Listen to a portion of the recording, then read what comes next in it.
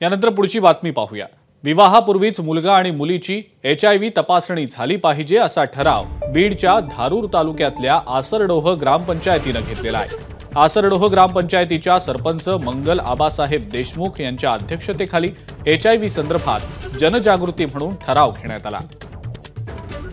आसरडोहमधील होऊ घातलेले विवाह त्या विवाहाचे इच्छुक जे आहेत त्यांची HIV टेस्ट त्यांनी करून घ्यावी असे बंधनकारक केलेले आहे।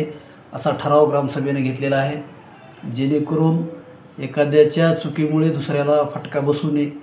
आणि या मागचा उद्देश एवढाच की या HIV आजाराविषयी जनजागृती व्हावी आणि एखाद्याच्या चुकीमुळे दुसऱ्याचं त्याचे मागचं नुकसान होऊ नये, असा या मागचा उद्देश आहे।